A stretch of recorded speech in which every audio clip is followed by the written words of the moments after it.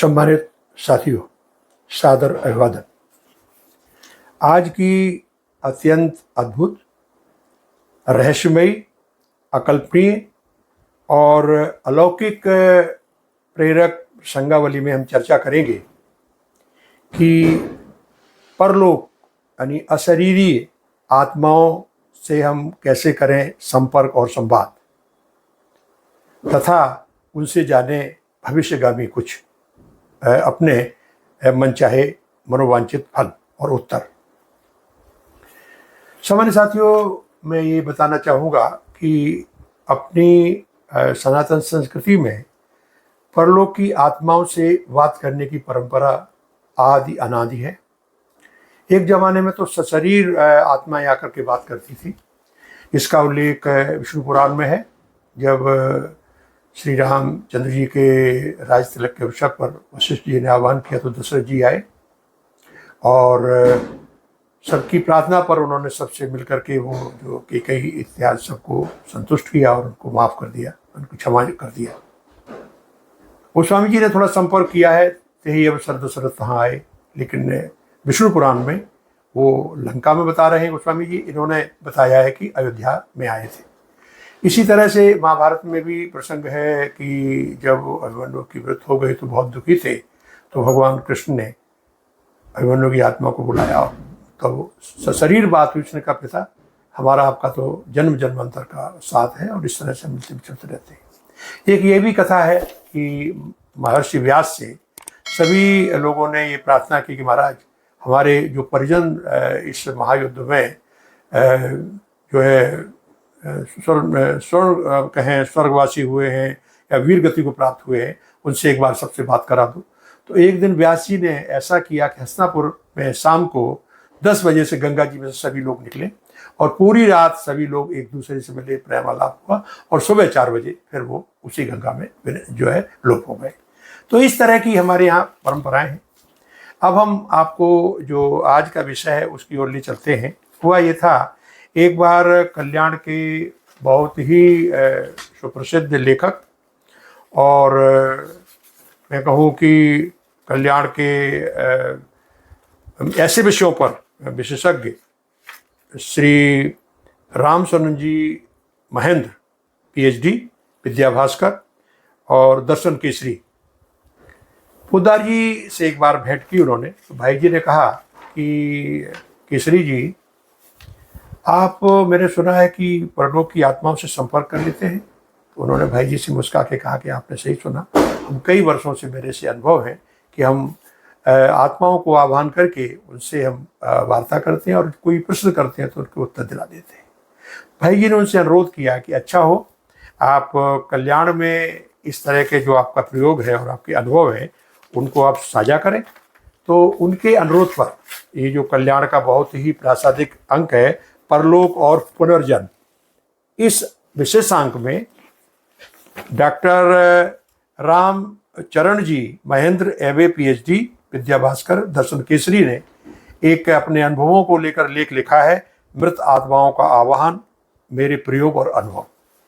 इसमें उन्होंने बताया है कि जो मैंने प्रयोग किए हैं वो 3 तरह के प्रयोग बताए।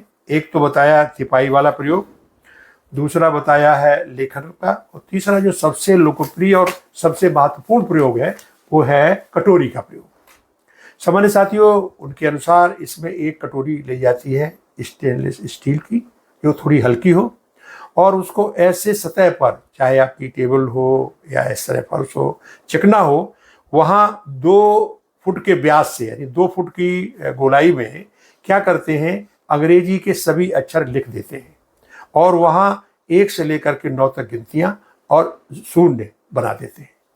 इसके बाद क्या करते हैं कि रात्रि के समय जिसको प्रश्न पूछना है उसको बुलाते हैं और एक कमरे में वहाँ सब ये इस तरह से व्यवस्थित करके, और करते क्या है कि दरवाजे सब बंद करके एक थोड़ा दरवाज़ा खुला रखते हैं और जो कटोरी है उसको माचिस की तिल्ली से पहले अच्छी तरह शुद्ध कर देते हैं। इसके बाद माचिस की तिल्ली जलाकर उस कटोरी के बीच में रखकर कटोरी को मध्य में रख देते हैं। इसके बाद जो प्रश्नकर्ता होते हैं या जिनको जानना होता है 2 लोग, वो और ये उस कटोरी पर अपनी अंगुलियां इस तरह से दो अंगुली जो है लगाकर, ये दो अंगुली लगा के बैठ जाते हैं। और इसके बाद वो आह्वान करते हैं। आप भी कोई उसमें कोई विशेष नहीं है, कोई भी आह्वान कर सकता है, आत्मसात कर सकता है कि भाई मैं आत्मा को आह्वान कर रहा हूँ, मेरे कुछ प्रश्न हैं, आपकी बड़ी कृपा होगी, आकर के उनको समाधान करें। तो इनका महेंद्र जी के अनुसार थोड़ी देर में उस कटोरी में हलचल होती है। तो फिर ये प्रश्न करते हैं कि आप आ गए, तो कटोरी वाई की ओर चलती है। इस तरह से यस का वो देती कि हम आ गए हैं। फिर उससे ये भी पूछते हैं कि आप अपना क्या नाम बताएंगे, क्या है, इस तरह से विवरण पूछते हैं। उनके अनुसार उन्होंने बताया कि एक बार हमारे पास एक आया व्यक्ति जिसकी पत्नी का जो है जंजीर सोने की खो गई थी। हमने उसको किया, तो उसमें ये आया कि उत्तर, उन्होंने कहा कि जंजीर घर से बाहर है, तो उत्तर मिला नहीं। सोने की जंजीर किस कमरे में, तो उत्तर मिला पास वाले कमरे में। उत्तर दक्षिण पश्चिम पूर्व किस दिशा में है, तो उत्तर आया पूर्व में। इस तरह से वो लिखते जाते हैं ईस्ट वेस्ट। इसके बाद बताया कि पूर्व में एक संदूक है, वहाँ है। इसके बाद ये बताया कि इसको चुरा के कौन ले गया, तो उन्होंने कहा कुछ नहीं, चूहे ले गए थे। जब देखा गया तो उस संदूक के पास वो मिल गई।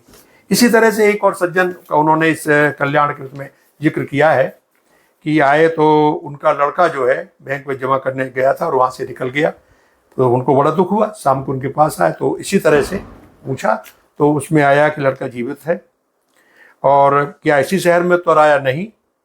और पूछा कि कहाँ गया है, तो आया कि दिल्ली में गया है और उसके पास पूरा रुपया है, तो कहा कि खर्च हो गया है। और कब आएगा, तो ये बताया कि जब पूरा रुपया खर्च हो जाएगा। अब सामान्य साथियों, मैं वो आपको चित्र भी दिखा दूंगा जिस तरह से ये जो अक्षर लिखे जाते हैं अंग्रेजी के, और उसके बीच में कटोरी जहाँ रखी जाती है, इस तरह का है, हम दे देंगे। और इसमें पूरा विवरण भी लिखा हुआ है इस तरह से। अच्छा, दूसरी जो विधियां हैं, अब मैंने एक तो ये सबसे लोकप्रिय बताई, एक है तिपाई विधि। उसमें क्या करते हैं, कोई तिपाई लेते हैं या कोई है तो छोटी मेज देते हैं, उसके एक पाँव पर नीचे लकड़ी का वो लगा देते हैं और बैठ जाते हैं और आत्मा का आह्वान करते हैं। जब आत्मा आ जाती है तो उसमें हलचल पैदा हो जाती है। फिर धीरे धीरे खट खट की आवाज़ से प्रश्न करते हैं कि आप आ गए, हाँ क्या है, इस तरह से वो है।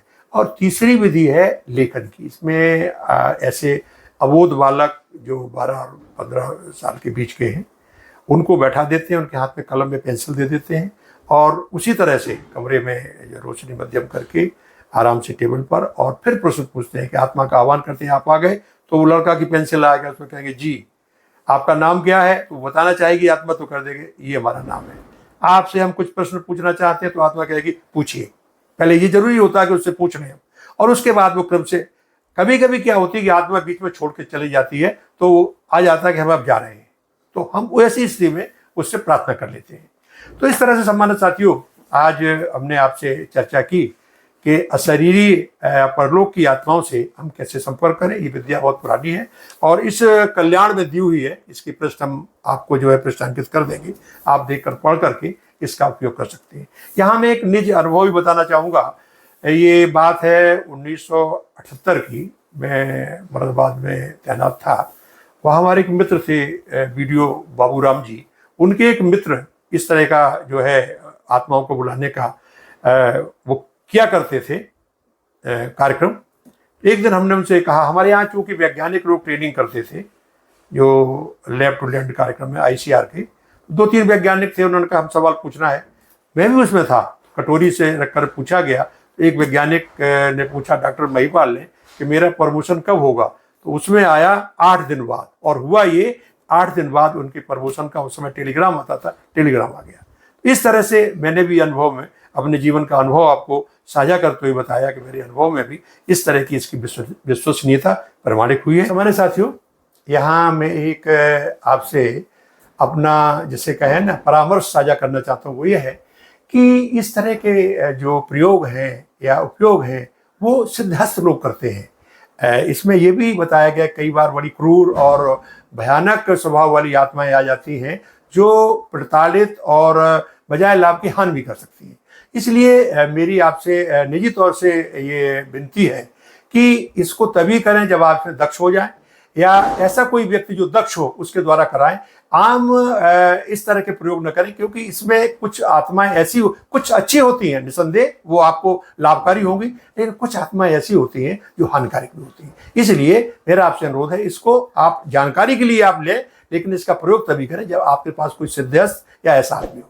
यही मुझे आपसे साझा करना था। आशा है आप अपनी श्रद्धा और विश्वास के साथ इसका प्रयोग कर सकते हैं। आज बस यही, अगले एपिसोड में फिर इसी तरह के साधु सम्मत शास्त्र विषयक प्रश्न लेके आपकी सेवा में प्रस्तुत होंगे। तब तक के लिए मुझे आज्ञा दीजिए।